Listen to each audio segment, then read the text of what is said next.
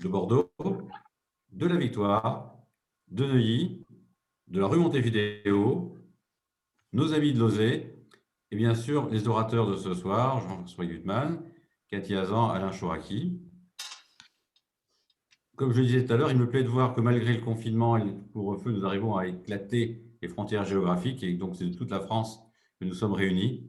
Je trouve que c'est une belle image de ce que la technologie permet effectivement de réaliser. À la fin de cette table ronde, nous écouterons le El Malé Rachamim chanté par le Chazan de la Victoire, M. Aaron Ayoun. Et cela clôturera cette soirée. Sans plus tarder, je passe la parole à Jean-François Gutmann qui va nous présenter les orateurs et la table ronde. Et merci de couper vos micros. Bien. Bonsoir, merci Marc, merci Janine. Donc, je parle en tant que président de Lauzet, aussi paroissien de la synagogue de la rue de Montevideo. Janine m'a demandé de venir organiser ce Zoom en disant chaque année, la tradition était de faire témoigner un survivant. Elle pensait que le Zoom était un moyen technique formidable, mais qui n'était peut-être pas propice au témoignage des survivants et à l'émotion, et donc plutôt de chercher une réflexion plus académique, dirais-je, autour de la notion de se souvenir et de transmettre. Alors, pour répondre à cette demande, j'ai pensé à deux personnes. Cathy Hazan, qui est l'historienne de Lauzet, qui parlera donc de ce qu'elle a fait. Donc, Cathy est professeure agrégée d'histoire. Elle a commencé sa vie professionnelle en enseignant dans un lycée en grande banlieue parisienne, à Juvisy. Puis, en 1992, elle a commencé les travaux de recherche complémentaires à son travail d'éducation. Elle a fait un DEA dans l'équipe de recherche du professeur André Caspi autour des procès de l'épuration. Et puis, au sortir de ce DEA, elle a réfléchi à un thème de thèse et on lui a suggéré de travailler sur les maisons d'enfants de la guerre et de l'après-guerre et comment les enfants sauvés sont revenus à la vie. Et puis, ce travail doctoral l'a rapproché de Lauzet au point que on l'a embauché, ou plutôt on a obtenu du ministère de l'Éducation nationale dans les années 2000 qu'elle puisse nous rejoindre sur un détachement, et elle est devenue la cheville ouvrière de l'histoire mais aussi du recueil des témoignages de tous ceux qui sont passés par Lauzet et bien au-delà. Donc ça me semblait être une première témoin du travail du souvenir et de la transmission. Et puis le second qui me semble incontournable, et plus encore à Paris, parce qu'on ne le connaît peut-être pas assez, c'est Alain Chouraki. Alain est le président fondateur. Attendez, est-ce que vous me voyez? Parce que Oui. Oui, alors moi je ne vois plus, mais Alain est le président fondateur de la fondation du Camp d'Émile. Plus exactement, il est l'homme qui a sauvé une vieille cimenterie que personne ne regardait de très près et qui a été un camp de concentration en France, à côté d'Aix-en-Provence, et qui, dans le souvenir aussi, et avec son père, qui est lui-même un survivant des camps, a porté presque tout seul un projet extraordinaire qui est devenu un enjeu majeur de mémoire en France, en tout cas pour tout le sud de la France, et dont la qualité iconographique, historiographique, le travail qu'il fait, et notamment dans cette région en direction des publics scolaires, et plus particulièrement encore auprès des publics scolaires des zones difficiles de l'agglomération marseillaise,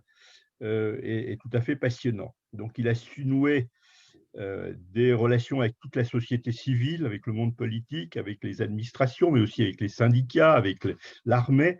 Et l'exemple de la réussite pour moi du Camp d'Émile et du travail de passation de mémoire est formidable. Donc, pour ça que j'ai pensé qu'il était vraiment utile de le convier, et aussi à cette occasion de dire à tous ceux qui passent un jour à côté d'Aix-en-Provence, qu'il y a à 2 kilomètres de la gare TGV, un lieu de mémoire extraordinaire qu'on a souvent tendance à oublier.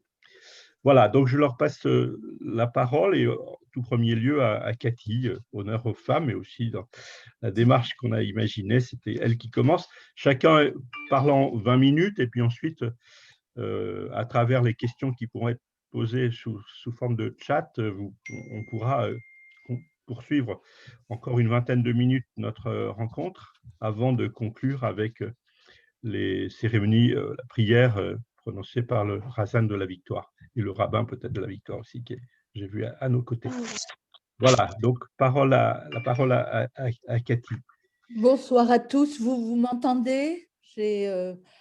Alors, bon, bien, merci de m'avoir invité et je voudrais vous proposer une réflexion en tant que prof d'histoire d'un côté et puis en tant qu'historienne de l'OSE de l'autre. Deux postures qui sont bien différentes, mais qui se rejoignent sur un certain nombre d'interrogations. Et première constatation, la question de la transmission de la Shoah est consubstantielle de l'événement.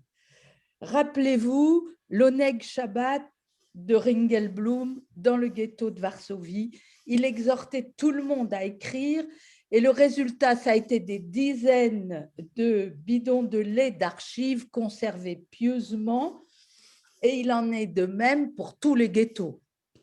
Et si on remonte plus loin, ce souvenir, c'est un impératif du judaïsme qui se trouve répété plus de 160 fois dans la Bible.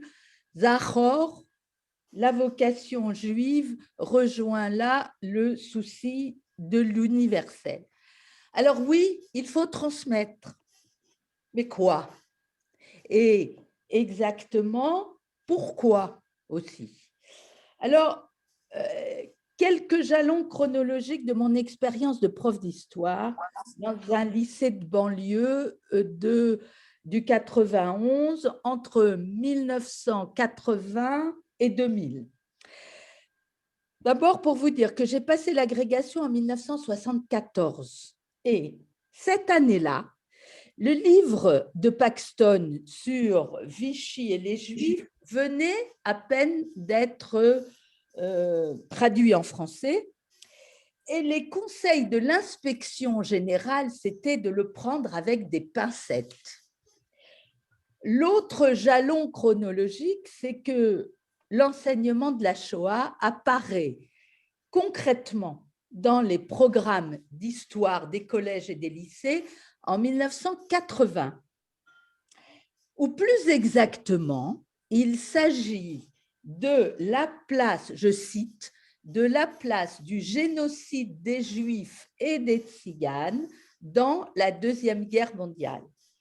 Avec, là encore, le conseil de l'inspection générale de ne pas employer le mot Shoah, qui est un mot trop spécifique. Et il faut attendre 1988 pour qu'une nouvelle question apparaisse dans le programme intitulée « Système concentrationnaire et génocide ». Alors, on mesure le changement avec maintenant. Donc, il est évident qu'à ce moment-là, Serge Klarsfeld et Claude Lanzmann n'étaient pas encore passés par là. Et je me souviens que le film que je passais, moi, quand j'étais prof, c'était Nuit et brouillard, avec toutes ces ambiguïtés. Et je me rends compte maintenant que à l'époque, par exemple, les notions de camp de concentration et de camp d'extermination se mélangeaient allègrement dans la tête des élèves, mais également dans la tête des profs. Et on voit le discours changer assez rapidement dans les années 90 et la Shoah va prendre toute sa place dans le savoir savant, mais aussi avec un temps de retard chez les profs, dans l'enseignement. Maintenant, on doit parler de la Shoah en CM1. Donc, si je reviens au travail que j'avais fait moi quand j'étais prof, eh bien, j'avais imposé à mes élèves de première, donc on était dans les années 90, en vue de préparer le programme de l'année d'après, le programme de terminale, où on enseignait pendant 2 heures le génocide des Juifs et des Tziganes, eh bien, j'avais imposé la lecture de Si c'est un homme. Il devait acheter le livre et le lire. Et il devait répondre à un certain nombre de questions par écrit, et ça se terminait par un grand débat. Et au fond, je me suis aperçue que j'étais devenue à mon corps défendant Madame Shoah. Pendant 4 ans, et sans la moindre protestation ni d'élèves ni de parents, eh bien, ils se sont prêtés à cet exercice. Ils étaient passionnés. D'ailleurs, je suis désolée de ne pas avoir gardé tous leurs écrits. Et jusqu'au moment où ils m'ont réclamé des notes. Et là, j'ai vu la chose. Moi, ça me semblait invraisemblable que je note leur réflexion sur si c'est un homme. Mais bon, tout travail méritait salaire, et je m'étais ensuite, les dernières années, mise avec le prof de philo. Et là, eh bien, au fond, tout s'est institutionnalisé et s'est rigidifié. Alors, j'étais dans un lycée qui fonctionnait par équipe pédagogique. On avait des projets et on faisait venir des témoins tous les ans, indifféremment, soit des déportés politiques, soit des déportés dits raciaux, jusqu'au moment où on a senti une concurrence entre eux. Un déporté résistant s'est plaint au cours d'une conversation avec les enseignants, entre nous, qu'il n'y en avait que pour les Juifs et que la Shoah prenait trop de place. Donc, à partir de là, on s'est posé la question de la place du témoin. Et c'est une réelle question. C'est-à-dire que si le prof se doit de préparer ses élèves à la venue d'un témoin, il doit garder la maîtrise de la classe et de ce qui se passe en classe. Et ça pose bien la question de la formation des enseignants et de la finalité de l'enseignement de la Shoah. Il se trouve qu'à partir des années 2000, l'enseignement de la Shoah devient, dans le jargon pédagogique, je cite, une question socialement vive. Alors, comment ça se traduit, ça, une question socialement vive, c'est-à-dire qui installe des situations de crise dans la classe, qui suscitent un ras-le-bol, encore la Shoah, ou la concurrence mémorielle avec les autres mémoires blessées, notamment celle de l'esclavage et de la guerre d'Algérie. Ça veut dire que, au moment où la Shoah prend une place centrale dans les commémorations, elle devient un sujet difficile à enseigner dans les classes. C'est-à-dire et ça je l'ai vécu, on est passé de l'occultation et du déni à l'hypermnésie. Et si au fond, actuellement, les dérives fortement hostiles à l'enseignement de la Shoah sont quand même marginales, ce qui n'est pas du tout marginal, c'est les représentations antisémites classiques dans un certain nombre de classes et en particulier dans les établissements des quartiers populaires. Alors, l'enseignement de la Shoah, c'est une question historique complexe et je crois que vraiment les enseignants doivent être au clair avec un certain nombre de questions. Et la première question, c'est qu'est-ce que l'on veut transmettre? Est-ce qu'on veut transmettre un savoir historique? Est-ce qu'on veut faire réfléchir sur le rapport à l'autre? Est-ce qu'on veut changer les esprits? Est-ce qu'on veut les trois à la fois? Et puis, l'autre question, c'est comment? Et là, c'est vraiment une question difficile. C'est-à-dire, comment transmettre à de jeunes adolescents ou à de jeunes enfants en construction une expérience de déconstruction de l'humanité. C'est-à-dire, quelle est la bonne distance pour un enseignant face à un passé collectif traumatique? Et au fond, quelles sont les représentations des élèves? Quelles sont les autres paroles que la parole institutionnelle auxquelles sont confrontés les adolescents aujourd'hui? Et la dernière question, c'est quel rapport l'enseignant soi-même on a avec cette question qui se situe entre histoire et mémoire. Alors, comme l'a dit Jean-François Gutmann, après mon doctorat, qui a donné lieu à un livre sur les orphelins de la Shoah, où j'essayais d'analyser toutes les organisations juives qui s'étaient occupées d'enfants après la guerre, eh bien, j'ai été happée par Losé et par son histoire. Et au fond, là, on entre dans une deuxième partie de cet enseignement de la Shoah.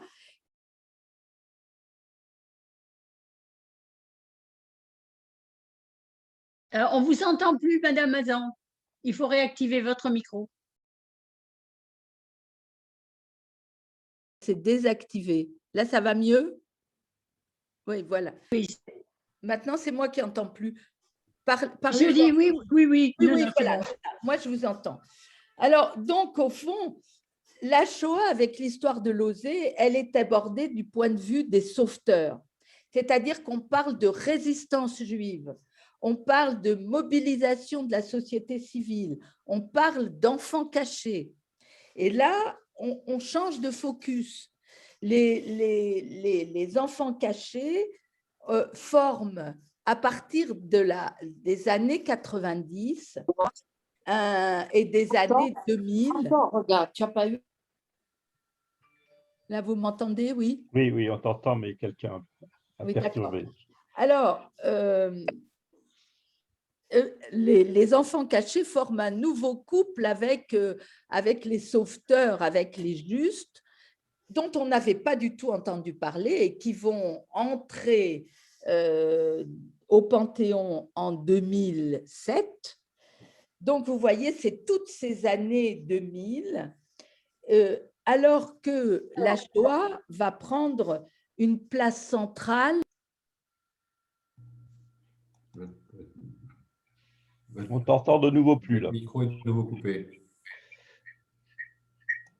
Que je comprends, oui, voilà. C'est bon. Bref, je ne sais pas pourquoi, pourtant je ne bouge pas mon appareil. Alors, tout mon travail, quand je suis arrivée à Losé, ça a été de donner la parole justement aux enfants des maisons, qui étaient des enfants cachés, et souvent ils parlaient pour la première fois. Et on a publié plusieurs livres sur les maisons d'enfants de la guerre et de l'après-guerre, qui sont en fait des livres de mémoire collective. C'est la mémoire collective des enfants de Losé. Et il est bien évident que le livre est le moyen de transmission le plus important, même s'il y a d'autres moyens dont je vais parler. Nous avons intégré les mémoires des dirigeants de Losé dans la collection des témoignages de la Shoah de la Fondation. C'est une espèce de sous-collection. C'est-à-dire que j'ai retrouvé dans les archives de Losé des récits des témoins directs de cette histoire que l'on a donc publié Et au fond, c'est les récits directs de l'histoire du sauvetage des enfants juifs de France. Il y a donc les dirigeants comme André Salomon, Georges Garel, qui montrent la complémentarité, Georges Loinger, avec la filière suisse, Jacques Salon, qui est un maillon de la chaîne vers la Suisse, les mémoires de Gaston Lévy, un médecin en Limousin, et nous préparons les mémoires de Gaston Revel, qui est un médecin qui est parti à la demande, un médecin de Lausée, à la demande du Joint, pour inspecter les camps de personnes déplacées, les camps d'Ipi en 1945-46, et voir comment étaient traités les Juifs. Eh bien, je peux vous dire que ce n'est pas piqué des hannetons, son témoignage. Alors, je voulais vous parler du retentissement d'autres livres qu'on a publiés pour vous montrer combien les initiatives locales sont très importantes. Nous avons publié le journal d'une maison d'enfants de Lausée, le journal de Chabannes pendant la guerre, dans la Creuse, qui a eu un retentissement régional important. Pourquoi? Pas forcément par la qualité de l'ouvrage, mais parce qu'il est relayé par une mémoire qui est entretenue depuis la fin de la guerre et qui est ancrée dans le patrimoine régional grâce à un groupe d'historiens locaux. Et pour vous donner un exemple, l'école primaire de Saint-Pierre-de-Fursac, qui est à côté de Chabannes, a pris le nom de Félix Chevrier, le directeur de la maison de Lausée. Et pour vous donner un autre exemple de ces initiatives locales, c'est en train de se passer en ce moment, ça va être inauguré à la fin du mois d'avril. C'est intitulé « Les chemins de la mémoire ». Qu'est-ce que c'est? C'est un itinéraire pédestre en Haute-Vienne, autour du château de Montintin, qui était donc une maison de levée en Haute-Vienne, en lien avec l'Office du tourisme et sous l'égide de la région, qui va comporter des panneaux historiques sur l'histoire de Lausée dans la région. Et c'est mélangé à un circuit de pédestres pour des gens qui ont envie de se promener dans la campagne. Et je trouve que c'est une idée originale et pleine de sens. Comme quoi, j'insiste, les initiatives locales en France sont très riches et très vivantes. Nous avons d'ailleurs apposé des plaques dans les endroits importants de l'histoire de Lausée, à Chambéry, à Montpellier, à Palavas-les-Flots, dans les maisons d'après-guerre. Et au fond, c'est très utile parce que ça inscrit l'histoire dans le futur. Et puis, au moment du centenaire de Lausée, c'est-à-dire en 2012, il a été la direction de Lausée, je vais boire un petit peu, a demandé donc 3 expositions, l'une sur le sauvetage des enfants sous la forme de 10 bougies, chacune représentant un enfant sauvé, une autre sur les médecins de Lausée et la 3e sur les enfants de Buchenwald. Ces expositions ont tourné, beaucoup tourné, et la principale, celle sur le sauvetage en France, a été déposée au Camp des Milles et elle fait partie de l'itinéraire permanent. Et j'espère qu'elle continuera à être visitée. Ces 3 expos vont être mises en ligne sur le site rénové de Lausée. Alors, je voudrais vous parler d'une autre initiative qui a fait des petits. Et ce qui est intéressant, c'est qu'elle continue d'en faire. Nous avons fait paraître un livre en 2005 sur les témoins vivants qui sont les enfants de Buchenwald. C'est une dizaine de jeunes déportés sur les 426 qui ont été recueillis par Lausée en juin 1945, dans lequel il y avait le futur grand rabbin d'Israël, Meyer Lau, et Elie Wiesel. Eh bien, ce livre a été prolongé par une exposition sur leur histoire à partir de documents bruts qu'ils avaient fournis. Cette exposition a d'ailleurs beaucoup tourné dans toutes les mairies d'arrondissement de la ville de Paris, mais elle a été reprise de manière virtuelle par Yad Vashem France, et elle a donné lieu elle a inspiré des films, un film d'ailleurs l'année même de sa parution, un film de fiction qui était La Maison de Nina de Richard Dembo, et aujourd'hui une série fictionnelle sur Arte qui s'appelle Le Prix de la paix et qui traite du groupe des enfants de Buchenwald qui sont partis en Suisse. On peut la voir d'ailleurs en replay encore sur Arte. Alors, à la suite de ce livre, ça a donné des idées à plusieurs de ces ex-enfants d'écrire leur mémoire. Armand Bulva, David Permuter, Élie Buzyn, Henri Zonus ont aussi écrit leur mémoire. Ce que je veux dire, c'est que depuis ces quelques années, il y a pléthore de livres de témoignages d'enfants cachés qui sont maintenant grands-parents et qui veulent renseigner leurs petits-enfants et combler les trous de la mémoire.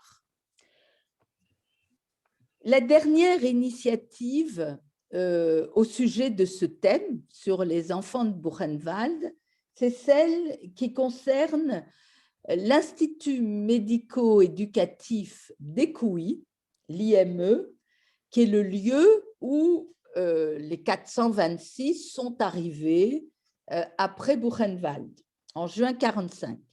Cet établissement est jumelé avec un IME de Lausée et il entend conserver la mémoire de leur passage.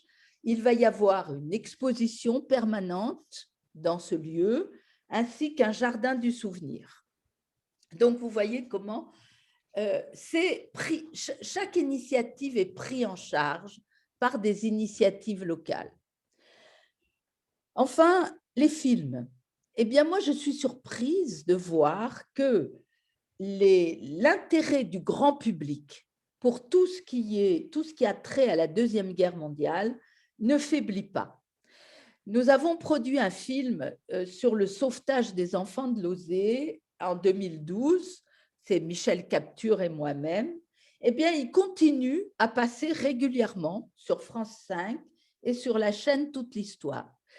Et je suis de plus en plus sollicitée, moi, pour être conseillère historique de films sur les enfants pendant la Shoah. Donc, un sujet porteur. Il y a eu les enfants cachés, les enfants sauvés de l'hôpital Rothschild, la Babel des enfants perdus sur les camps d'Ipi, des séquences d'émissions sur le mime Marceau, le cousin germain de Georges Loinger. Et enfin, en Israël, il prépare un film documentaire sur la prise en charge des enfants après la guerre. Alors, je voudrais terminer sur mon travail au sein du service Archives et Histoire. L'histoire de Lauzé, c'est, pour ainsi dire, l'ADN de l'association, parce que c'est une histoire centenaire, une longue histoire, qui est au carrefour de l'histoire de la médecine, c'est des médecins qui ont créé Lauzé, de celle du peuple juif et du sauvetage des enfants en France et en Europe. C'est d'abord une association nationale russe, puis elle devient une ONG, puisqu'on la trouve dans 33 pays différents en 1950.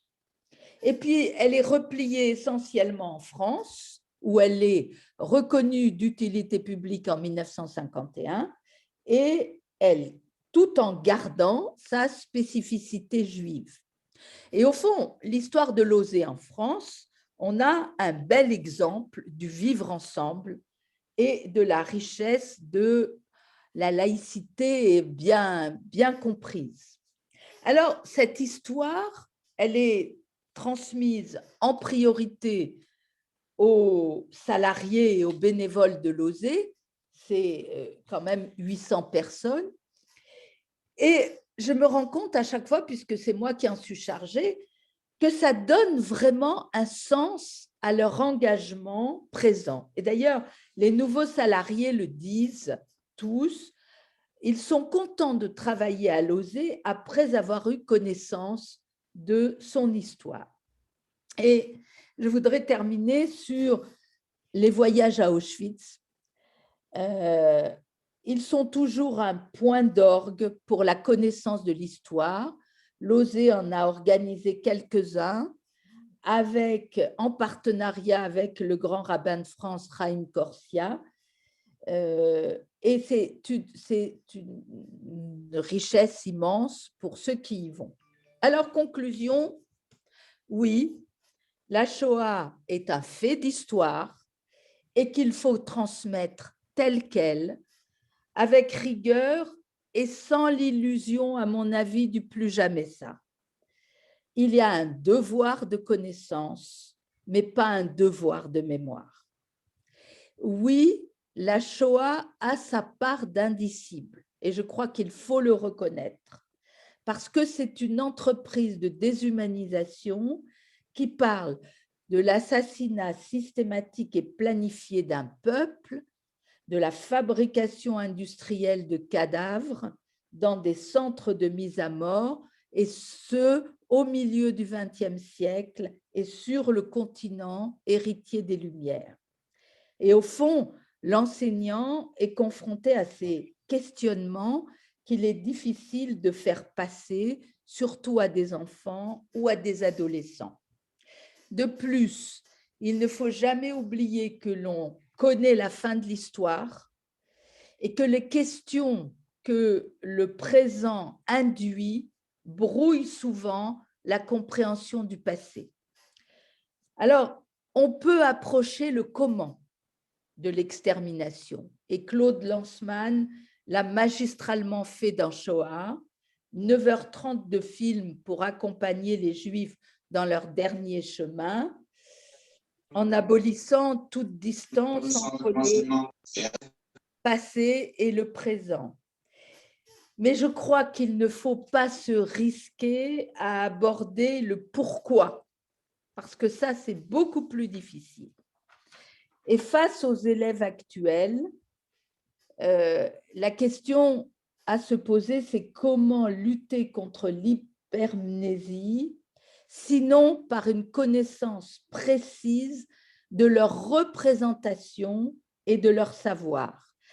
Car la Shoah est un événement majeur de l'histoire du peuple juif, mais il appartient aussi à l'histoire universelle. Voilà. Merci Cathy. Dans mon rôle, je n'osais pas t'interrompre tellement tu étais brillante. Et je vais tout de suite passer la parole à Alain Chouraki. Donc, en rappelant, j'avais omis de dire qu'il est directeur de recherche émérite au CNRS, qu'il était enseignant à l'université d'Aix-Marseille. Mais pour moi, son fait de gloire, c'est la création quasi ex nihilo d'un lieu de mémoire majeur à partir de ce qui était une cimenterie possédée à l'époque, encore récente, par les ciments Lafarge. Donc, Alain, je te passe la parole. J'espère que tu t'es pas trop impatienté et qu'il Pas du restera tout, un peu. c'est toujours un grand bonheur d'écouter Cathy Hazan. Voilà. Et vraiment, donc, et en plus, vous allez le voir, j'espère, nos propos sont, je crois, tout à fait complémentaires. On a toujours la crainte dans ce type de table ronde de répéter un peu les mêmes idées, surtout quand on a quelques raisons originelles, je dirais, de partager les mêmes idées. Donc là, pas du tout. J'espère qu'on s'en apercevra. Merci encore une fois, Cathy. Merci aux différents organisateurs de m'avoir invité. Je dois dire que j'y suis d'autant plus sensible que Jean-François y a fait allusion. Nous sommes beaucoup plus souvent invités à l'étranger qu'à Paris ou en France en général. Là aussi, le parisianisme frappe, pardonnez-moi, puisque la plupart d'entre vous êtes parisiens, mais vous n'êtes pas responsable de la culture jacobine qui fait que tout est centré largement sur Paris. Mais c'était juste pour renforcer l'intérêt que j'avais à être avec vous ce soir et à partager notamment des questions. Bon. Alors, je vais bien sûr m'appuyer sur l'expérience que nous avons au Camp des Milles, maintenant depuis 8 ans. À peu près 800 000 personnes sont passées au Camp des Milles. Quand je dis 800 000, bien sûr, je parle de visiteurs qui, pour la plupart, ont participé à des ateliers qui sont de plus en plus hors les murs. Donc, à la fois l'expérience dans ces 800 000 personnes d'à peu près 450 000 jeunes. Le public augmente d'environ 20% par an hein, depuis le début, et en particulier le public des jeunes et le public des milieux, on va dire, défavorisés, qui sont notre priorité. Jean-François y a fait allusion. Donc, il y a cette expérience qui, de notre point de vue, valide largement une approche intellectuelle, citoyenne et scientifique qui n'allait pas de soi. Et je vais essayer de le montrer. C'est vrai, encore une fois, que à la fois les retours du public et l'écho à l'extérieur, les partenariats avec Auschwitz, avec Yad Vashem, avec le mémorial de Washington, qui nous demandent chacun en particulier Washington et Auschwitz, d'écrire des parties de leur muséographie, et notamment les parties correspondant à l'approche un peu inédite ou un peu originale que nous présentons. Tout cela nous encourage, mais ce que je veux vraiment dire au début, Jean-François a eu la gentillesse de me mettre au centre de cette dynamique. C'était une dynamique collective. D'abord, l'inspiration d'anciens résistants et déportés. Mon père était beaucoup plus résistant que déporté, mais il a joué évidemment un grand rôle. Merci d'avoir salué Jean-François. Donc, ces résistants et déportés, pas du tout du Camp des Milles. Hein, lorsque nous avons démarré le projet en 1982, on ne savait même pas ni si ni où il y avait des rescapés du Camp des Milles.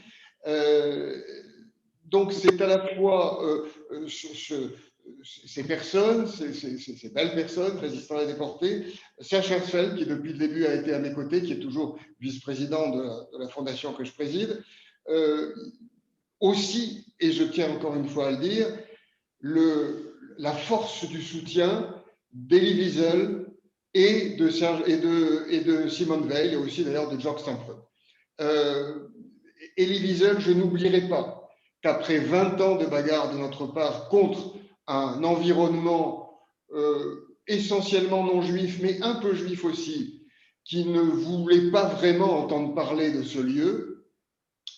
Elie Wiesel, quand il est venu ici en 2006, je répète, après 25 ans, en l'occurrence 24 ans de bagarre, nous a dit, la presse l'a repris, en fait c'était dans mon oreille, mais il y avait un micro qui traînait, je n'étais pas encore habitué à ces petits jeux politiques. Il nous a dit, je suis convaincu que le Camp des Milles sera un lieu important, très important pour les siècles à venir. Alors, je n'y croyais même pas moi-même, et je n'y crois toujours pas. Bon, mais qu'est-ce qu'il voulait dire avec son style fleuri? Il voulait dire que et très émouvant et très boostant, c'est ça que je veux dire. Qu'est-ce qu'il voulait dire? Il voulait dire que l'approche que nous avions l'intention de développer, puisque le lieu n'était pas encore ouvert, est une approche qui lui semblait porteuse. Alors, de quoi s'agit-il? Bon, d'abord, brièvement, mais vraiment brièvement,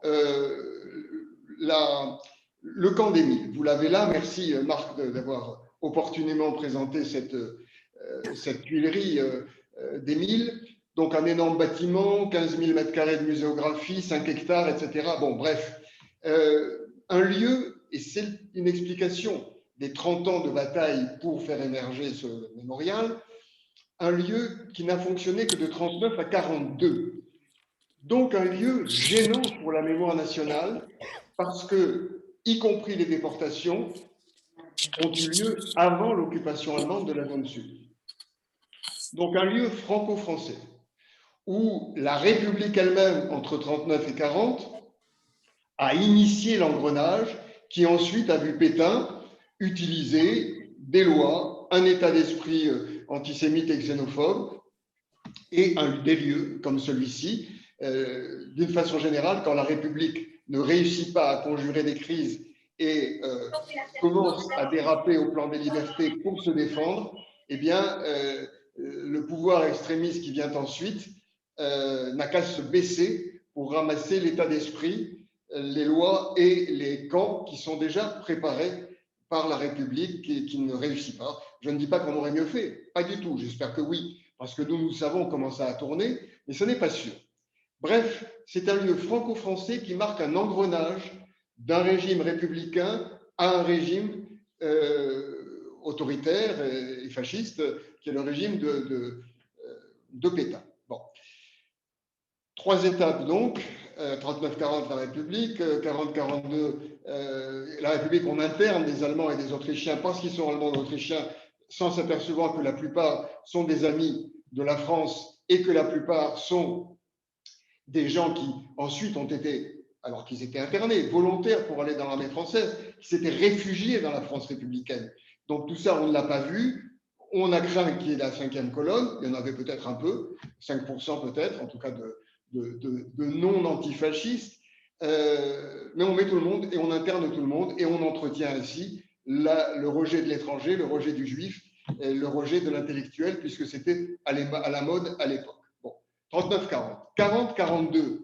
40-42, c'est donc Pétain, qui ne se trompe pas, lui, qui garde les mêmes et qui en prend d'autres. Et dans les mêmes, il y avait, je vais très vite, beaucoup d'artistes et d'intellectuels. Peut-être, Marc, pouvez-vous montrer un panneau de la salle des peintures, mural laissé par les internés. Les internés ont donc produit plus de 400 œuvres sur place, que nous avons retrouvées en partie, mais pas complètement, des œuvres picturales, etc., toujours marquées par l'ironie. Vous savez, cette politesse du désespoir, vous en avez un exemple ici, salle des peintures, c'est sur 8 mètres de large, ou même 10, tous les peuples arrivent à manger à la même table, alors qu'eux ne mangeaient pas, et que, bien entendu, le racisme les isolait, l'antisémitisme les isolait des autres. Bon. Et puis, je vous disais, dernière période, août-septembre 42, ce sont les Juifs, en tant que Juifs cette fois, et pas en tant qu'opposants, en tant qu'antifascistes, etc. Ce sont les Juifs qu'on déporte et qu'on déporte à Auschwitz. Et après, le camp ferme. Donc, c'est brut de décoffrage, un lieu franco-français. Quel est l'intérêt de dire franco-français? Il n'est pas de dire que nous, Français, sommes responsables pire que tout le monde. Non. Il était de dire à l'époque, et il est encore de dire, qu'il n'y a pas que les Allemands. Et, à l'époque, on disait allemand, et puis après on a dit il n'y a pas que, ce sont les nazis qui sont les responsables de tout. Non, il n'y a pas que les Allemands, il n'y a pas que les nazis. Tout peuple est capable d'eux, même nous, Français, etc., avec nos traditions, etc. Bon.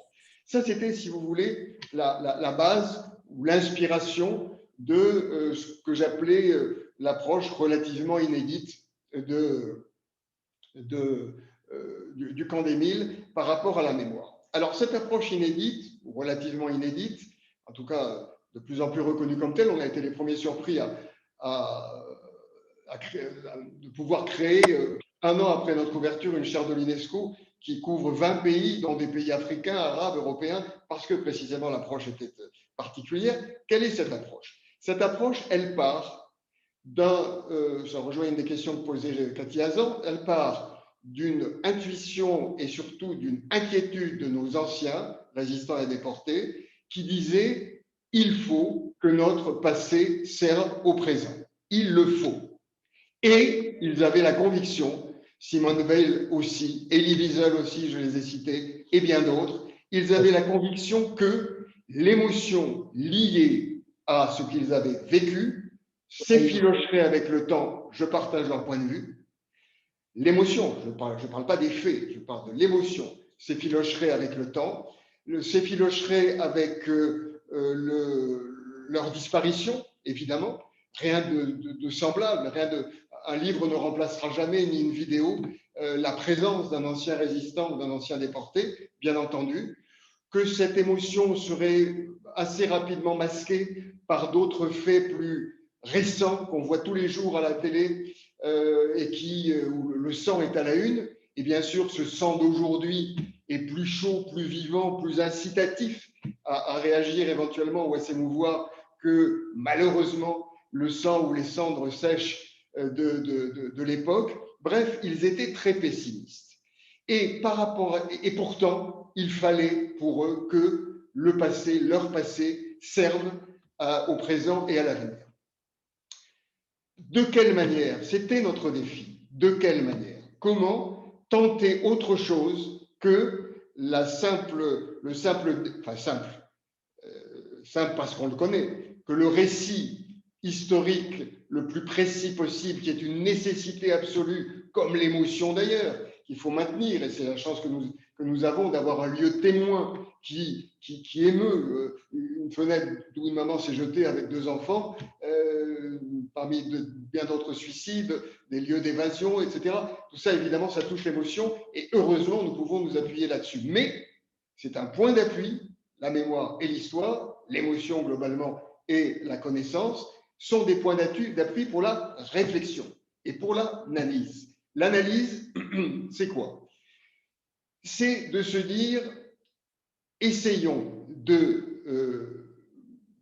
faire que la Shoah devienne non pas seulement un événement extraordinaire dans l'histoire, ce qu'elle est, mais aussi un soleil noir qui éclaire l'humanité de tout ce qu'elle peut receler de pire et en partie de meilleur par les résistances et notamment les justes, mais aussi des organisations comme l'OSE, bien entendu, et c'est la raison pour laquelle il était tout à fait naturel que nous travaillions avec l'OSE. Bon. Autrement dit, appuyons-nous sur la Shoah, et je répète, c'est cela qu'a senti tout de suite Elie Wiesel, pas tout de suite Simone Weil, mais très vite après. Appuyons-nous sur cette connaissance d'un fait énorme et qui continue heureusement à être ressenti comme particulier. Appuyons-nous pour en faire une histoire particulière qui parle de l'humain en général, qui parle de l'universel. Et là, nous avons une chance de continuer d'intéresser pour des siècles à venir, en tout cas peut-être des décennies, soyons modestes, nous avons des chances d'intéresser des gens qui, a priori, en sont très loin. Et c'est là que joue en particulier notre expérience. C'est-à-dire que lorsque nous voyons arriver en particulier des jeunes de quartiers difficiles qui arrivent, pour beaucoup d'entre eux, clairement antisémites, qui arrivent pour beaucoup d'entre eux en ayant marre des Juifs et de la Shoah et de la Seconde Guerre mondiale. Bon, comment fait-on? Eh bien, on les attrape, si je puis dire, au sens pédagogique du terme, bien sûr, on les attrape en leur parlant de ce qu'ils vivent eux. On ne leur dit pas « tu es une victime comme les Juifs, etc. » Certainement pas, ce serait faux et ce serait de la basse démagogie. Non, on met en avant dans la Shoah des mécanismes psychologiques, psychosociaux, sociologiques et politiques, en partie philosophiques, enfin, vu avec un recul philosophique, donc 9 disciplines, une approche pluridisciplinaire sur l'histoire qui permet de leur dire, par exemple, dans le moteur de ce qui a conduit au pire, il y a de la soumission aveugle à l'autorité, il y a de la passivité, il y a bien sûr des stéréotypes et des préjugés, il y a de l'effet de groupe. Et bien sûr, je le dis en résumé ici, mais on leur explique. On leur explique. Et là, on voit des jeunes qui pensaient qu'on allait leur imposer en quelque sorte de pleurer sur les Juifs, pour faire court, et ils s'aperçoivent qu'on parle de mécanismes qu'ils connaissent eux-mêmes dans la cour de lycée ou du collège, en bas de leur immeuble. Ils vivent la soumission au petit chef. Nous mettons bien en avant, bien sûr, l'affaire Ilan Halimi. Il y avait un petit chef, soumission avec l'autorité. Il y avait une passivité de 60 personnes qui ne téléphonent pas à la police. Il y avait un effet de groupe. Chaque fois que l'un de la bande des gangs des barbares voulait se détacher. Bon, ça c'est au niveau, j'allais dire micro-collectif, mais au niveau sociétal, c'est la même chose. Donc tout notre travail a été de repérer dans l'ensemble des disciplines des sciences humaines et sociales depuis la guerre, de repérer les acquis scientifiques et d'en ajouter nous-mêmes assez peu d'ailleurs. Notre ajout, il est essentiellement dans la mise ensemble et dans l'organisation de tous ces résultats pluridisciplinaires pour expliquer les grands mécanismes individuels, collectifs et institutionnels qui ont pu mener au pire et qui peuvent encore mener au pire. Alors qu'ils peuvent encore, pourquoi? Parce que le travail a consisté à se dire, à partir de la Shoah, doit-on uniquement dire la Shoah donne des leçons d'humanité? Oui, certainement. Mais peut-on dire que ce sont des leçons universelles qui peuvent s'appliquer très largement au-delà de ce que les historiens observent très bien? Je précise parce que je me distancie de l'approche seulement historique, mais la majorité des membres de notre trentaine du Conseil scientifique, trentaine de membres du Conseil scientifique sont des historiens, à commencer par Serge Klarsfeld, bien sûr. L'approche consiste à dire ces mécanismes-là que nous repérons dans la Shoah sont-ils particuliers à une époque particulière, à des circonstances, avec un gars un peu étrange qui s'appelle Hitler, avec la crise de 29, avec le traité de Versailles, etc. Ou est-ce qu'il s'agit d'une sorte de paradigme, c'est-à-dire de modèle historique, sociologique, qui qu'on a lu chez Imre explicatif, d'ailleurs, 15 ans, Imre Kertész. Merci de couper votre micro, s'il vous plaît, monsieur. Serge. Monsieur. Donc, est-ce que, disais-je, la Shoah apporte en définitive des leçons qui la renvoient à elle-même et à son histoire, ou est-ce que ce sont des leçons plus générales? Et c'est là que nous avons décidé non seulement d'avoir une approche pluridisciplinaire, mais d'avoir une approche intergénocidaire. Intergénocidaire, ça veut dire quoi? Nous partons de la Shoah. Nous partons des engrenages que la Shoah met en avant. Des engrenages nourris par un extrémisme identitaire antisémite en l'occurrence, arien et antisémite. Nationaliste au passage pour la France en particulier. Bon. Et ces mécanismes qui ont produit la Shoah, les retrouve-t-on dans les autres grandes tragédies? Vous savez, c'est une approche scientifique classique. Hein. On prend un cas, on regarde si il peut être dupliqué. Quand on est en sciences physiques et chimie, on refait l'expérience. Quand on a affaire à la Shoah, vous vous doutez bien que c'est même indécent d'évoquer cet élément-là. Bon. Malheureusement ou heureusement, nous avons eu le génocide au Rwanda après la Shoah. Nous avons eu le génocide des Arméniens avant la Shoah.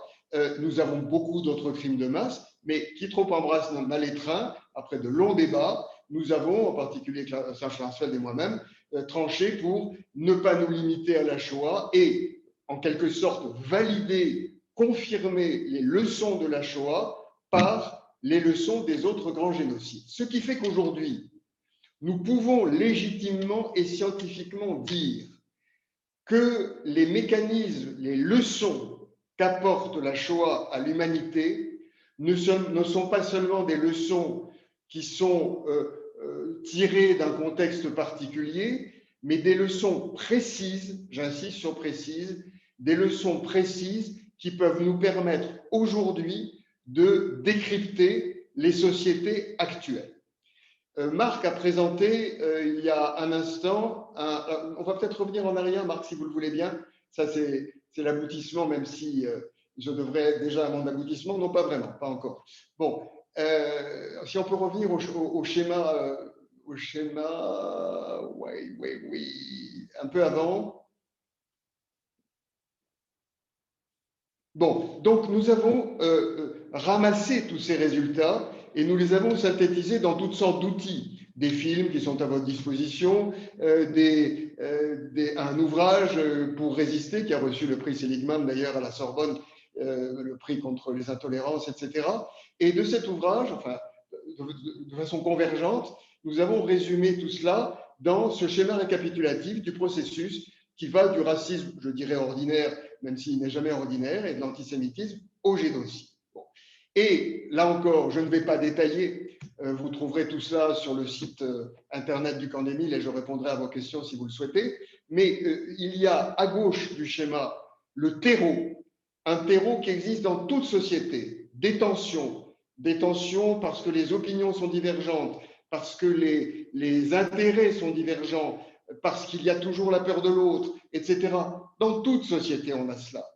Mais ces tensions, dans les démocraties, sont régulées de façon pacifique. Dans les autres régimes, elles le sont par l'autoritarisme. Bien. Lorsque ces tensions s'exacerbent et ou que la démocratie faiblit, à ce moment-là, il y a un petit passage, là où est la flèche. Parfait. Ah non, elle est partie la flèche, c'est dommage. Bon, juste au-dessus d'engrenage, remonter, voilà. Bon, il y a un passage qui est le passage des crises économiques, sociales, politiques, culturelles, morales, religieuses parfois. Une ou plusieurs de ces crises font que les tensions s'exacerbent, la démocratie n'est pas assez forte pour les canaliser, elle essaie.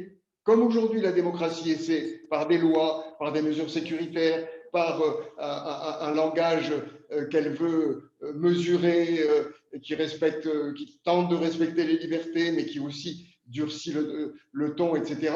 Eh bien, dans ces cas-là, on a le risque, si les résistances, vous avez le mot résistance en rouge un peu partout, si les résistances ne mettent pas fin à cet engrenage, résistance par le vote, résistance par l'action politique, par l'action idéologique, par la mémoire, justement. Bref, nous avons après 3 étapes qui peuvent se développer. L'étape 3 étant l'étape des génocides et des crimes de masse. Pour être clair, nous en sommes à l'étape 2. Merci d'avoir anticipé et mis la flèche là où il le fallait. Nous en sommes à l'étape 2, c'est-à-dire une étape qui hésite entre démocratie et autoritarisme, pour des tas de raisons dont nous reparlerons tout à l'heure, mais les principales raisons, c'est qu'il y a eu les étapes antérieures, les crispations identitaires, la domination du débat public par les questions identitaires et pas par les questions économiques, sociales, etc., etc. Et du coup, on a une lutte des races, entre guillemets, qui supplante de plus en plus la lutte des classes anciennes, ou tout au moins les conflits économiques, sociaux que l'on pouvait connaître auparavant et qui avaient au moins l'avantage d'être en grande partie objectifs, contrairement aux luttes de race. Bon. Donc, voilà un outil d'analyse. Bien sûr, si on peut passer à l'image suivante, qui est celle de… Mais c'est ce qu'il a exactement dit pendant le discours d'ouverture. Oui, sans aucun doute, mais si l'on peut, voilà, c'est ça, si on peut passer.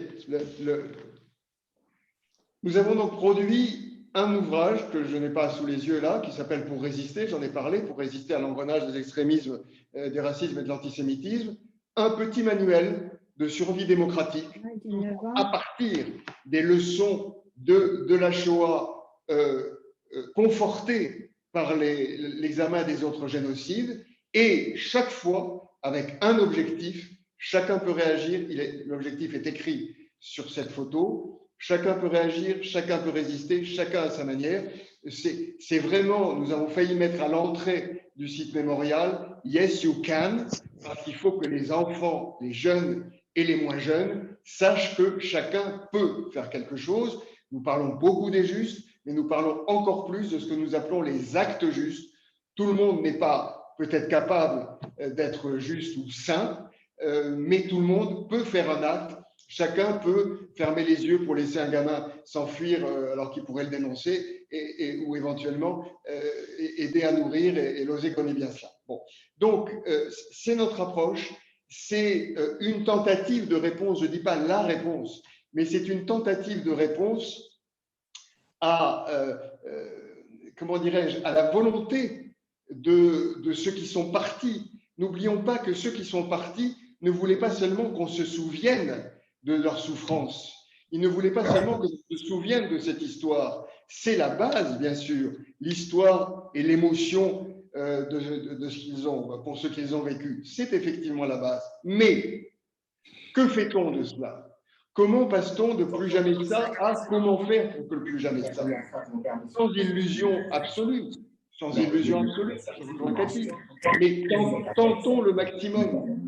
Tentons le maximum. Donc, l'idée fondamentale, c'est de faire le pari que c'est un peu gênant pour moi, ces micros qui sont, je les entends très fort. Il y a quelques bruits parasites. Oui, je pense qu'il y a un ou deux micros ouverts, peut-être qu'il faudrait les fermer.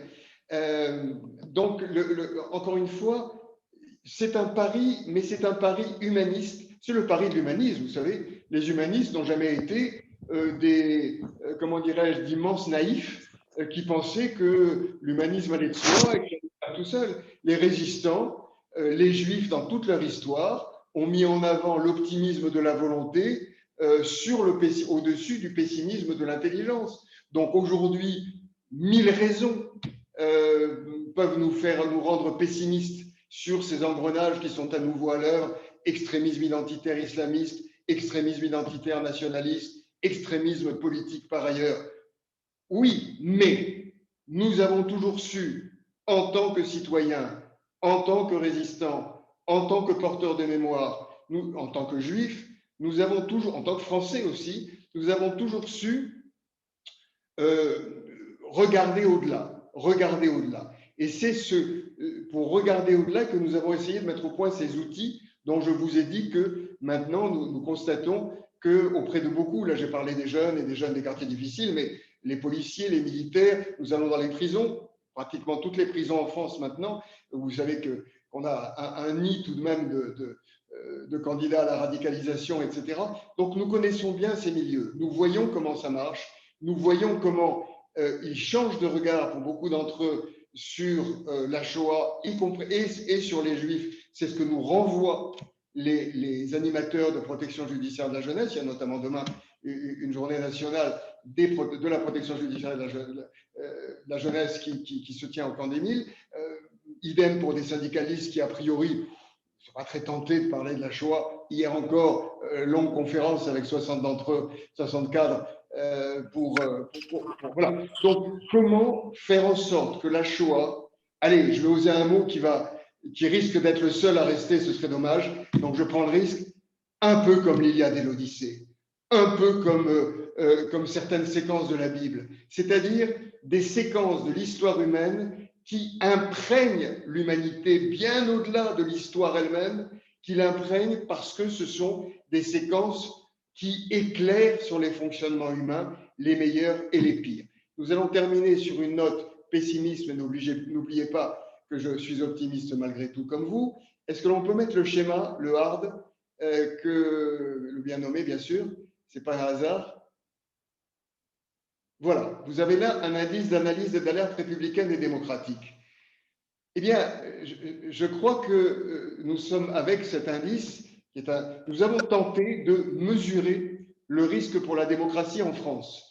Nous avons travaillé avec l'université de Yale pour les États-Unis et nous avions vu arriver, bien sûr, les risques Trump, puis pour la dernière élection, le risque qu'il repasse. Nous travaillons avec des Belges et avec d'autres et nous travaillons à un indice européen. Bon, cet indice, il est basé sur les leçons de la Shoah, très précisément. Encore une fois, les leçons validées par les autres génocides. Alors dit comme ça paraît encore une fois un peu fort, mais lorsque l'on a repéré dans l'arbre que vous avez vu tout à l'heure les paramètres clés, lorsqu'on trouve dans les statistiques robustes qui existent déjà, ce n'est pas nous qui les avons faites, c'est la CNCDH, c'est l'INSEE, c'est la CAF, etc., sur les violences racistes, sur les discours identitaires, etc., eh bien, on peut mesurer chacun des paramètres qui se trouvent dans l'arbre couché pour repérer où nous en sommes. Et nous sommes passés en France de l'indice 100 en 1990 à gauche du schéma, donc à l'angle en bas à gauche, merci beaucoup. Nous sommes passés de l'indice 100 au bout, à l'indice 500 en 2019. Donc un risque multiplié par 5. Et nous avons passé les étapes dont je vous parlais. C'est-à-dire que, je vous disais tout à l'heure que l'analyse qualitative nous situait à l'étape 2 entre démocratie et régime autoritaire, mais l'analyse quantitative aussi. Analyse qualitative, qu'est-ce que c'est que l'étape 2 dans l'histoire des grands génocides? La perte de repères, le rejet des élites, des radicalisations et des haines, des désordres et des agressions et des pouvoirs impuissants. Ça, ce n'est pas la situation actuelle, ou plutôt, bien sûr, c'est la situation actuelle, mais c'est ce qui est tiré de l'histoire.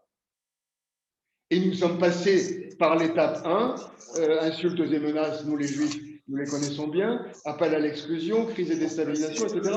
Manipulation du langage, on y est en plein. Bon. Là, on a passé, on est dans l'étape 2.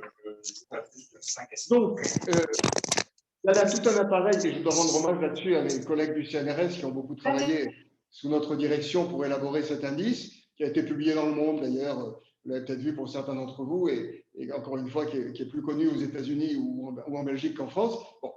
Voilà, j'allais dire, voilà le type de choses que l'on peut, d'éléments utiles à la compréhension du présent, que l'on peut tirer de la Shoah. Bon. Encore faut-il, que nous soyons nombreux à nous y mettre, parce que l'approche, entre guillemets, du camp d'Émile ne doit pas être seulement celle du camp d'Émile, et elle l'est de moins en moins, heureusement. Donc, il faut qu'on soit discuté, il faut qu'on soit contesté, il faut que l'on puisse remettre en cause tel ou tel paramètre. Bref, un vrai débat scientifique et citoyen, et pas simplement des petits Gaulois juifs du sud de la France qui tentent quelque chose de façon plus ou moins isolée. Bon.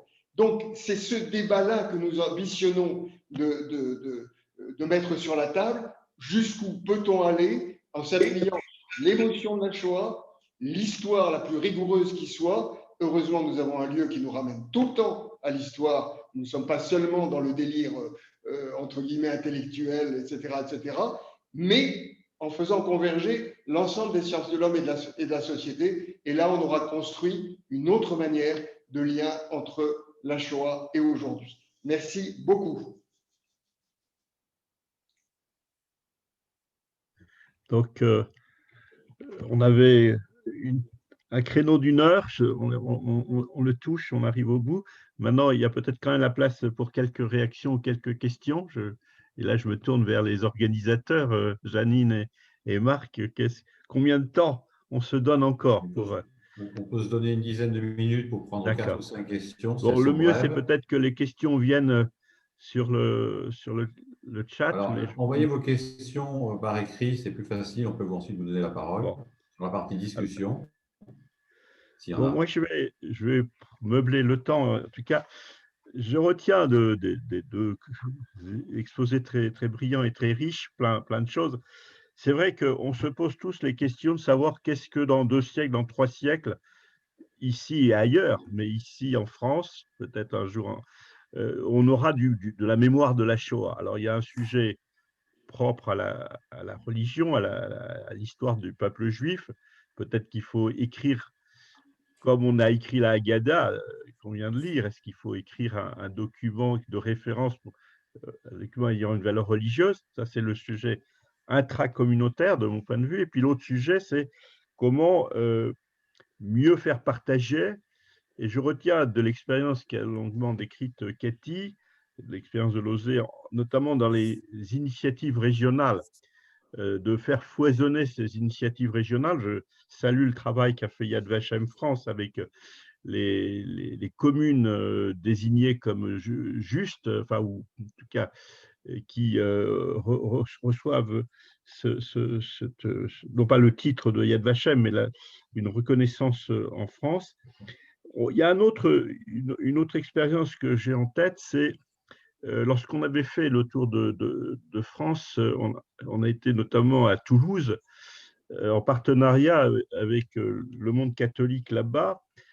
Et je me dis, l'Église elle-même n'a pas encore fait l'effort de mettre en exergue l'héroïsme de certains. Et donc, par contraste, on verra aussi la soumission des autres. Mais la lettre pastorale du cardinal Saliège à Toulouse ou de l'évêque de Montauban, Monseigneur Théas, sont prodigieuses et elles sont encore inconnues du grand public, y compris au sein de l'Église. Donc, une des façons positives d'enseigner, c'est de faire valoir les sommes d'héroïsme presque plus que la dramaturgie. Mais je laisse maintenant les questions aux uns et aux autres émerger, ou peut-être lever la main pour vous exprimer. Vas-y. Oui. Vas-y. Oui, j'aurais apprécié d'avoir quelques détails sur ce qui s'y passait juste au camp d'Émile. Est-ce qu'il y avait des tortures? Est-ce qu'il y a eu des exécutions? Quel a été le traitement des internés? Le passionnant exposé qu'on a entendu dessus n'en a pas parlé. C'est une question pour Alain Chouraki. Je réponds tout de suite ou on prend plusieurs questions? Oui, vas-y. Bon. Alors, merci, monsieur, de me donner l'occasion d'être un peu plus précis. Vous avez vu que j'ai pris 10 minutes de plus déjà que ce que je souhaitais. C'est vrai que je souhaitais mettre l'accent plus sur un aspect moins connu que les aspects historiques ou mémoriels. Mais merci encore une fois de nous le permettre. Environ 11 000 personnes sont passées au camp d'Émile, dont 80% étaient des Juifs. Bon. Vous l'avez compris, dans les 2 premières périodes du camp, 39-40, 40-42, avant l'été 42, la plupart étaient là, non pas en tant que Juifs, mais en tant qu'Allemands, Autrichiens relevant d'une puissance ennemie, et puis ensuite en tant qu'antifascistes. Bon, avec une grande proportion d'artistes et d'intellectuels. Je ne sais plus si j'ai cité tout à l'heure l'inventeur de la cortisone, plusieurs prix Nobel, etc. Bon. Donc, au niveau des conditions de vie dont vous parliez, ça n'était pas un lieu d'horreur. C'est terrible de dire cela, parce que beaucoup de gens ont souffert. Il y a eu, bien sûr, à la fois des morts et des suicides, etc. Bon. Mais je dirais, nous attachons beaucoup de prix. Et d'ailleurs, le musée d'Auschwitz aussi, c'est pour ça que nous avons un partenariat très fort, à montrer le début du chemin. Aller à Auschwitz est absolument nécessaire. C'est l'enfer sur Terre, mais on ne comprend pas comment l'enfer est arrivé sur Terre. Lorsqu'on est au camp d'Émile, on a encore les boulistes autour, on a le soleil, on a un lieu ordinaire, une tuilerie. Bref, c'est dans la vie ordinaire d'un village ordinaire que s'est enclenché l'extraordinaire d'Auschwitz. Et pour nous, pédagogiquement, puisque nous tenons à montrer comment s'amorce l'engrenage, qui peut mener au pire, et à quel point ça peut aller très vite, nous nous appuyons justement sur le côté non horrible des choses. Nous nous appuyons, enfin des choses aussi, ce qui s'y est passé, encore une fois, que ceux qui ont souffert dans le lieu d'où je vous parle me pardonnent, mais c'est vrai que ce n'était pas Auschwitz, ce n'était pas… Bon, certains rapports disent que c'était beaucoup plus dur que Gurs, etc., qui était très dur aussi. Je crois que ça dépendait des moments, tout simplement. Ça dépendait des moments, bien entendu. Bon, mais l'essentiel, je répète pour moi, c'est un lieu ordinaire où s'est enclenché l'extraordinaire de façon très progressive. D'ailleurs, notre muséographie commence par une pente douce que beaucoup de visiteurs ne réalisent pas, où on présente l'engrenage qui arrive très doucement. Les habitants d'Émile, donc du village, nous disent qu'en 39-40, ils faisaient quelque part confiance à la République, qui enfermait des Boches, parce qu'ils ne voyaient que ça. Et puis quand Pétain est arrivé, on gardait les mêmes. Merci qu'on les garde.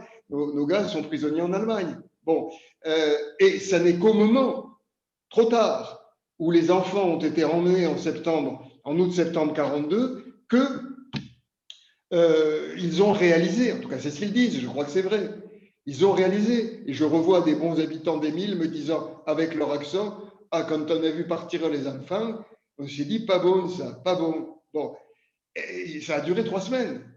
Ça a duré 3 semaines.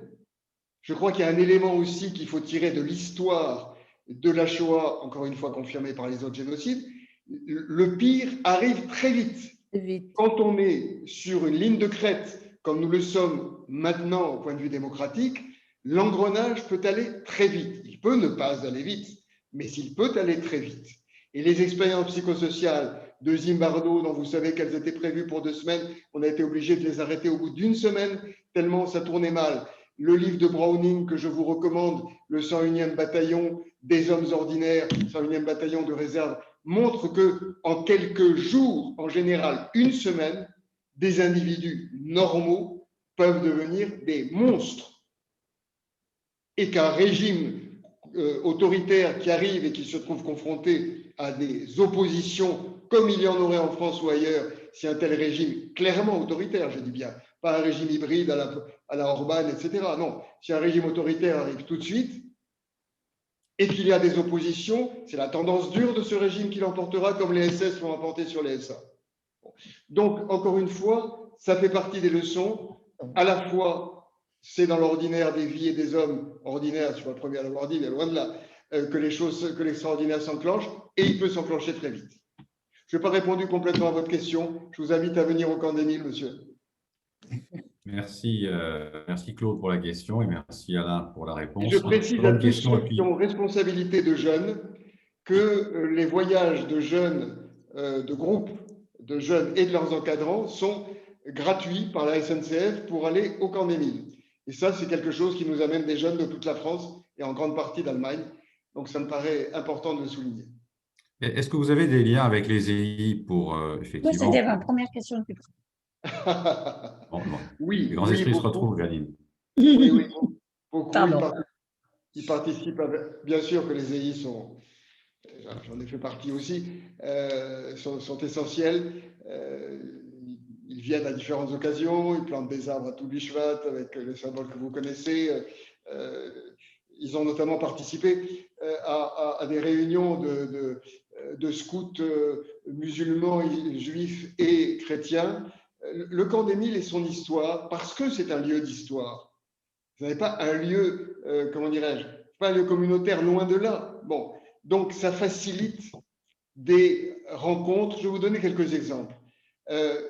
Avant les régionales de 2015, où nous avions bien sûr des craintes, comme cette année, de l'extrême droite au pouvoir, nous avons pu réunir chez nous les grands maîtres et grandes maîtresses de toutes les grandes loges de France au niveau national, qui ne se parlent pas souvent, même si ça leur arrive quand même, et là c'était public, tous les syndicats qui se parlaient peu, toutes les fédérations de policiers qui se parlaient peu, toutes les religions, je viens de le dire au plus haut niveau, il y avait Chaim Corsia, il y avait à l'époque le cardinal de Lyon, bref, oublié, il y a qui ne l'est plus, etc., et Benchek. Bon, donc la mémoire est encore un outil fédérateur et je crois qu'il faut l'utiliser au maximum. Merci Alain Chouraki, merci Cathy Hazan, merci Jean-François. Nous allons passer à la dernière partie de notre programme, c'est-à-dire El Malé Rachamim. Mais juste avant, je salue la présence parmi nous des rabbins Moshe Sebag et Moshe Tayeb. Je suis très heureux de leur présence. Et comme nous sommes pendant l'Omer, avant que le Chazan de la victoire ne chante le El Malé Rachamim, je vais demander au rabbin Moshe Sebag de bien vouloir faire la bracha sur l'Omer. Et ensuite, je salue également la présence de Jacques Canet parmi nous. Je lui passerai la parole pour qu'il conclue cette soirée. Moshe, Bechavot. Merci beaucoup. Merci pour l'intervention, pour l'organisation. Et vous savez, il est important d'apprendre notre passé. C'est passionnant de voir le travail qui était fait. Et malheureusement, l'homme est libre. Et on lui donne les moyens de connaître les passés, mais par sa liberté, son libre arbitre, on ne sait pas comment il va penser demain. Et on essaie d'éviter une situation pareille. Mais on est plein d'espoir. Alors, je vais faire la bracha pour les Sfirat HaOmer, pour le compte d'Omer. Baruch atah Adonai Eloheinu melech haolam asher kideshanu b'mitzvotav v'tzivanu al Sefirat HaOmer hayom 11 yom shehem shavua echad ve'arba yamim la'omer harachaman yachzir avodat bet hamikdash limkoma b'mehera b'yamen. Amen. 11e jour de l'Omer. Maintenant, je passe la parole au Chazan Aaron Ayoun pour qu'il chante le El Maleh Rachamim à la mémoire de toutes les victimes de la Shoah. Bravo. El Maleh Rachamim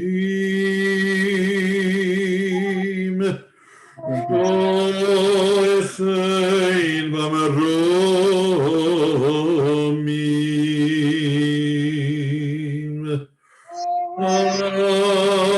Ametzei Menachon Echorina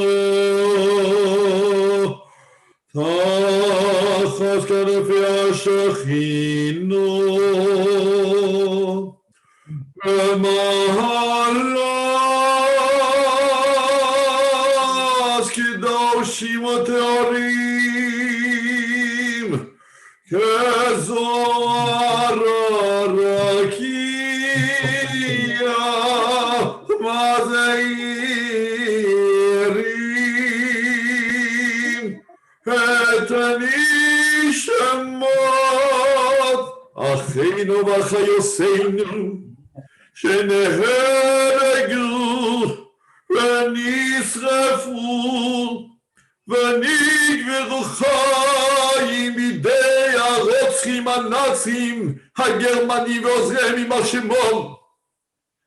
ילדים, נשים וגברים, במחנות ריכוז, מחנות השמדה, באושוויץ, טרזנשטט, דאכו, ביכנוואל מיידן, טרבלינקה. בעבור שאנו נודדים סדוקו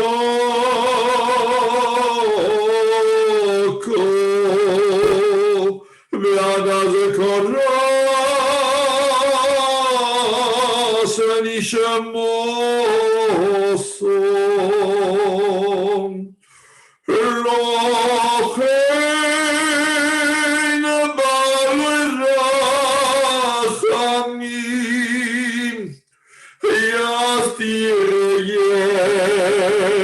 Beseiser kunai favele yoelamin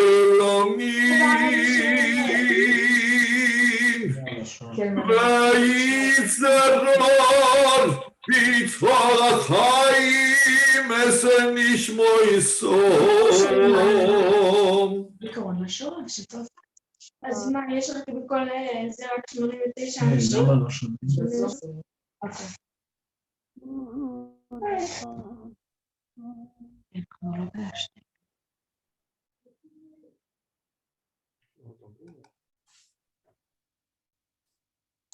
Il y a un problème.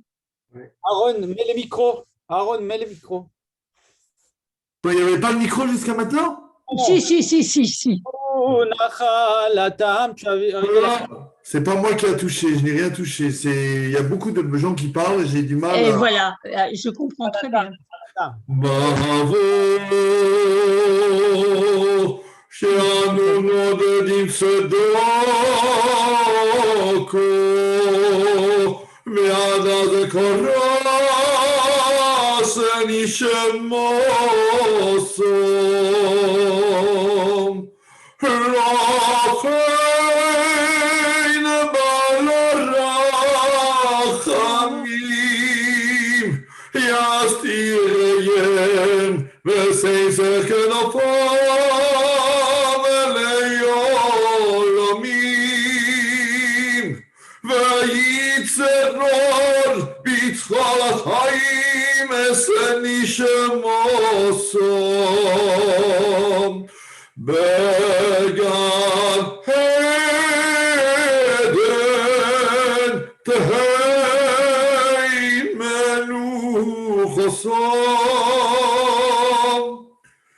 וינוחו על משכבם בשלום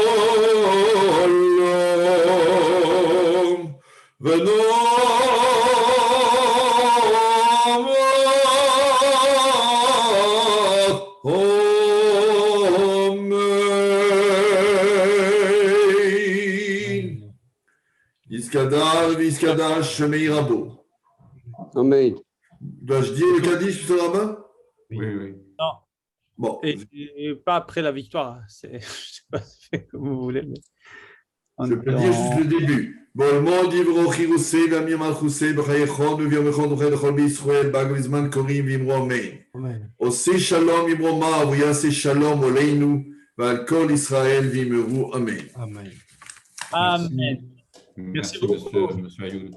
Je ne sais pas ce qui s'est passé, je n'ai touché à rien, on a dû me enlever le son. Je vais passer la parole à Jacques Canet, président de la Grande Synagogue de la Victoire, qui va conclure cette soirée. Jacques, si vous voulez bien ouvrir votre micro et prendre la parole.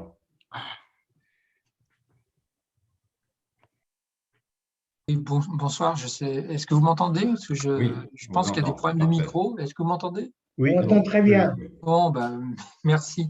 Je voudrais remercier les organisateurs de la soirée et surtout les deux conférenciers. Je voulais simplement rebondir, après vous avoir remercié tous, rebondir sur quelque chose qu'a dit Jean-François tout à l'heure.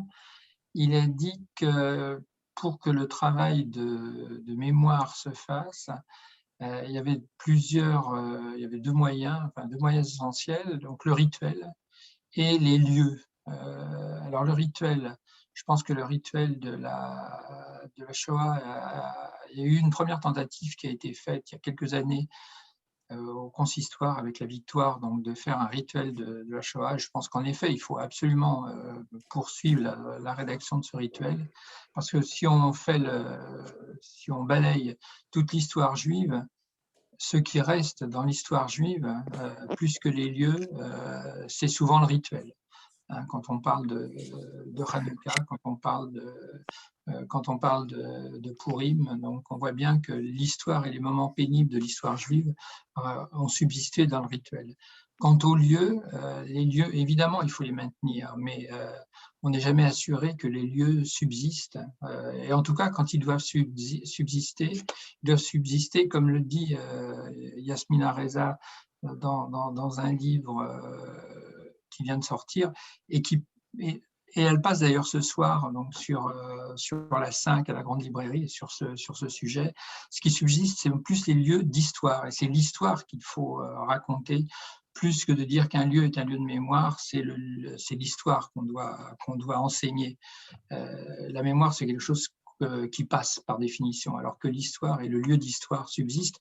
Donc bravo pour ce travail qui est fait au des 1000.